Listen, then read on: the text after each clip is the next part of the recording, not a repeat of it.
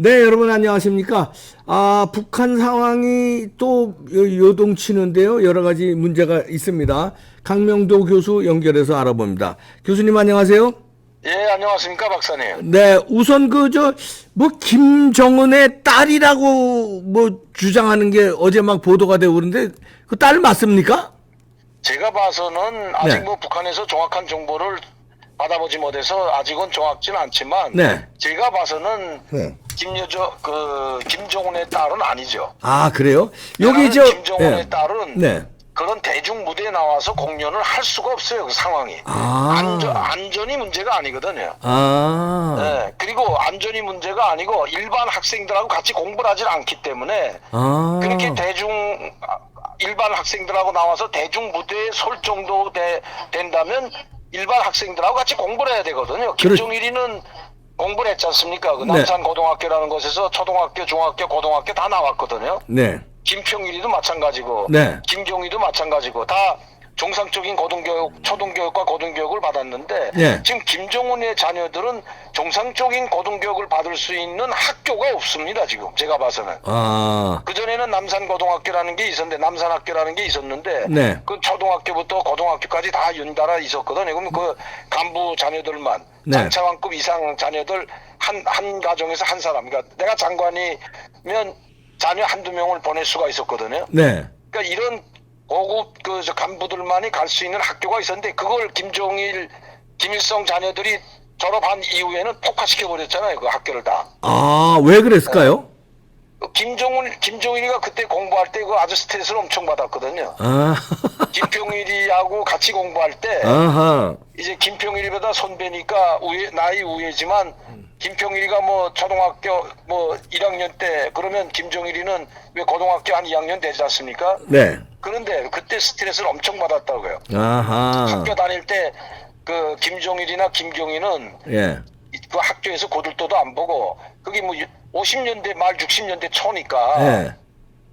60년대 아닙니까 그때가 그렇죠. 당시가. 네네. 그러니까 이제 그때는 김송애라는 김일성의 둘째 초가 들어와 있어가지고 김송애 여사로 불릴 때이기 때문에 파워가 막강했거든요. 그 네. 김평일이 엄마가 친엄마가 어허. 김일성이 두 번째 부인이 조선여맹중앙위원회 위원장도 하고 정치도 하고 아주 막강하니까 이 김종일이하고 김경희는 항상 구속잠에 앉아가지고 기도 못 펴고 살았죠. 아. 그러니까 그 자기가 나온 학교를 다 폭파시켜 버렸잖아요. 아. 원래 김종일이가 나온 학교나 김종일이가 한 번 앉았던 의자까지도 다 지금 성역화하고 그게 이제 박물관에 갖다 놓고 했는데 예.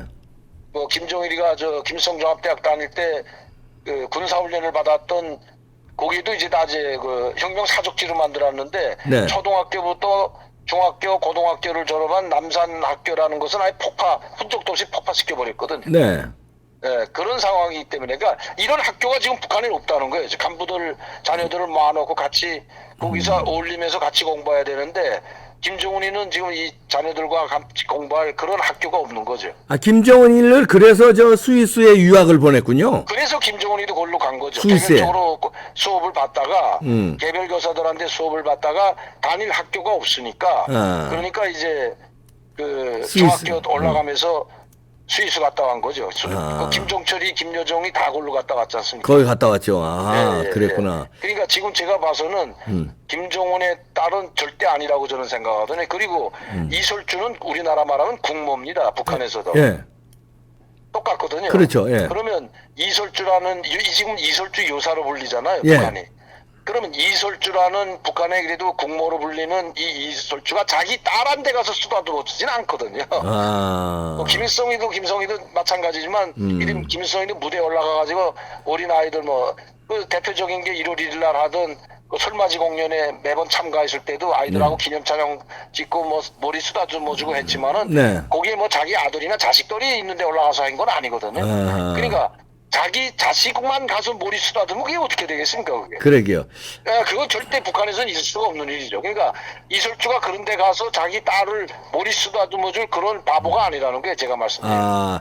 근데 이제 여기서들 방송에서, 신문 방송에서 주장하는 거는 특히 이 아이가 이설주가 특히 쓰다듬어주고 그다음에 하얀 양말, 면 양말을 혼자 신어서 특이하게 그래서 이거 김정은이 딸 아니냐?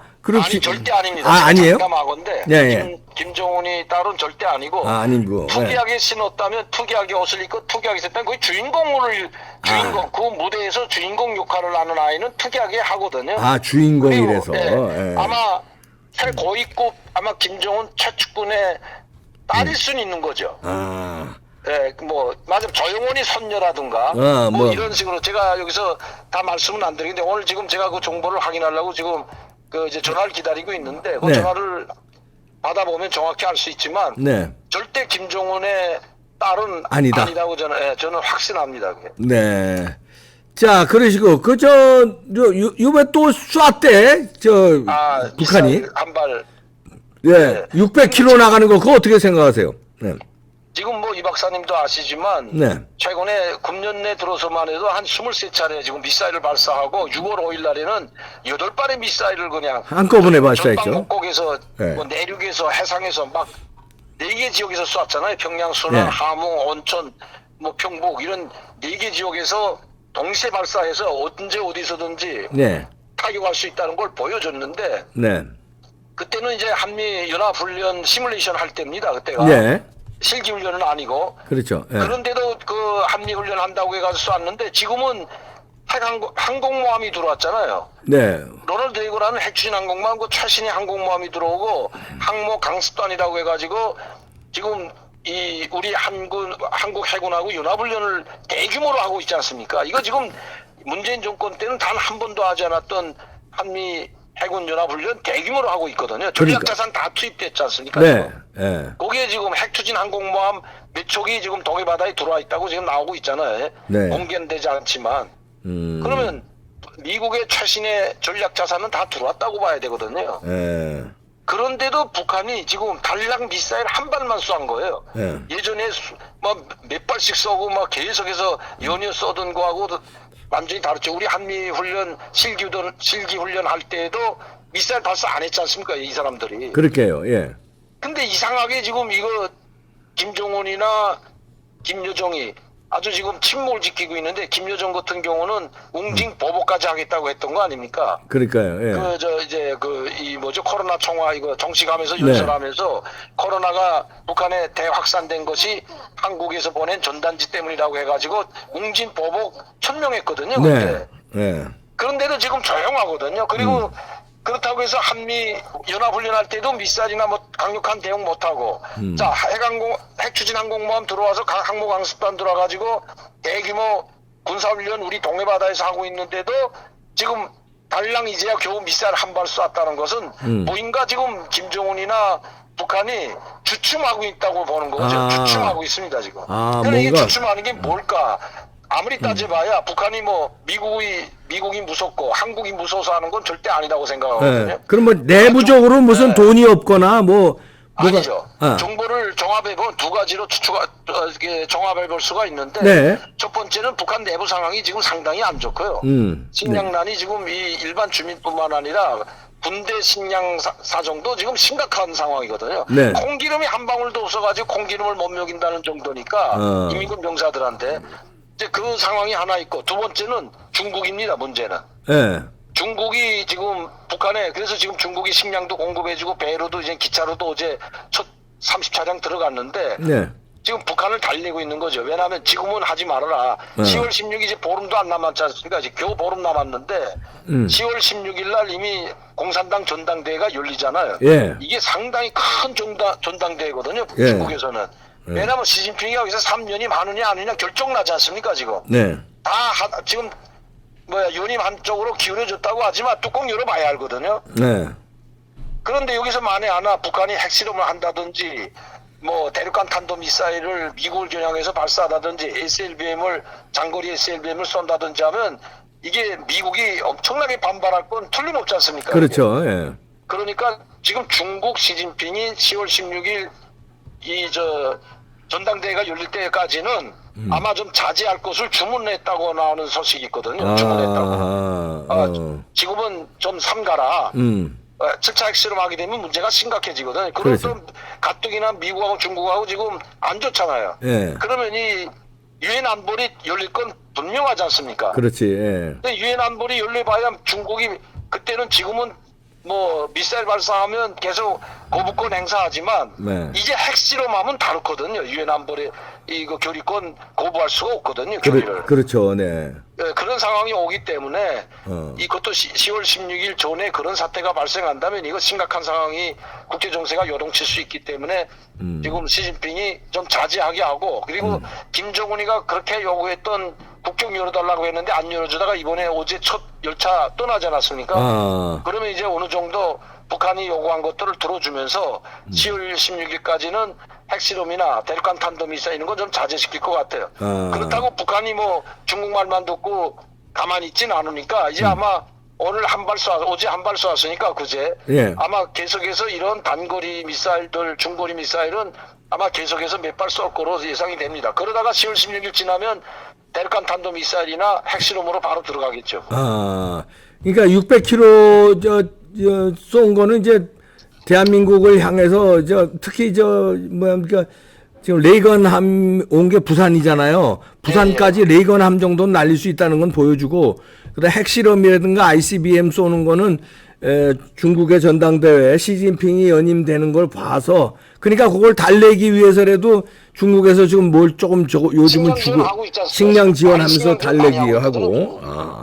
그리고 이 기차를 열어달라고 철길을 열어달라고 국경을 열어달라고 했던 게 여러 차례 했는데 중국이 북한에도 코로나가 확산되니까 안 열고 있었던 거거든요. 네. 그런데 지금 코로나가 지금 또 확산되고 있거든요. 북한 내에서 국경 연선에서는. 네. 그런데도 이번에 열어준 걸 봐서는 김정은에게 어느 정도의 그 요청을 들어준 것으로 보입니다. 그렇군요.